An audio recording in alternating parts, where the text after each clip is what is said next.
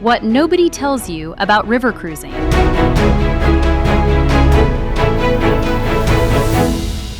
If you're considering your first river cruise, you've probably spent some time looking at the beautiful photos, the castles along the Rhine, the charming villages on the Danube, maybe the vineyards of France or the Christmas markets. And if you're anything like most of my clients before their first sailing, you're probably wondering what river cruising is really like. Not the brochure version, not the marketing version, the real version. After helping travelers plan river cruises for years, I've noticed something interesting. The things people end up loving most about river cruising are often the things nobody talks about before they go. One of the biggest surprises is that river cruising feels much more immersive than many people expect.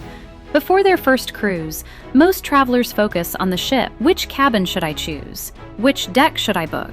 Which cruise line is best? Those are all important questions. But once they're home, that's usually not what they're talking about. They're talking about the local guide in a small German town, the cafe they discovered in Austria, the vineyard they visited in France, or the evening they spent walking through Budapest after dinner.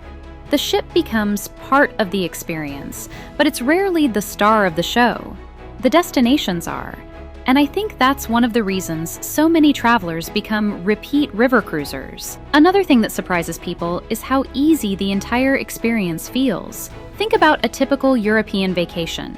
You arrive in one city, spend a few days there, pack up, move to another hotel, unpack again, and then repeat the process. With a river cruise, your hotel moves with you. You unpack once at the beginning of the trip, and for the next week or two, your room stays exactly the same.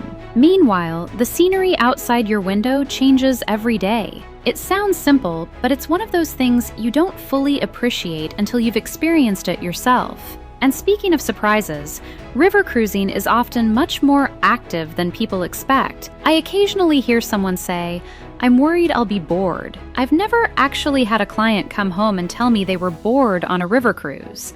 Most days are filled with sightseeing, walking tours, local experiences, museums, historic sites, and time to explore on your own. In fact, many travelers are surprised by how much walking they do. You're not sitting on the ship all day, you're out experiencing the destinations. Another thing nobody tells you is just how convenient river cruising can be. On many itineraries, you're docked right in or very close to the center of town. Instead of spending an hour getting from a port to a city, you're often stepping off the ship and immediately starting your day. It's one of the reasons river cruising appeals to travelers who want to maximize their time in a destination rather than their time getting to the destination.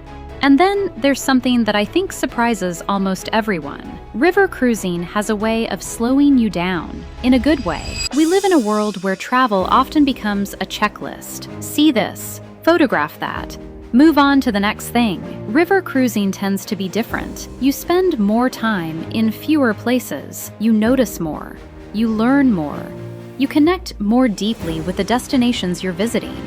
And that's probably the reason so many travelers tell me after their first river cruise, "I wish I had done this years ago." Not because the ships are bigger, not because the entertainment is flashier.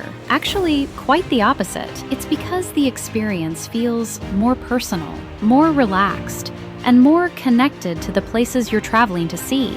So, if you've been considering a river cruise and wondering what it's really like, hopefully, this gives you a little glimpse behind the curtain. Not the brochure version, the real version.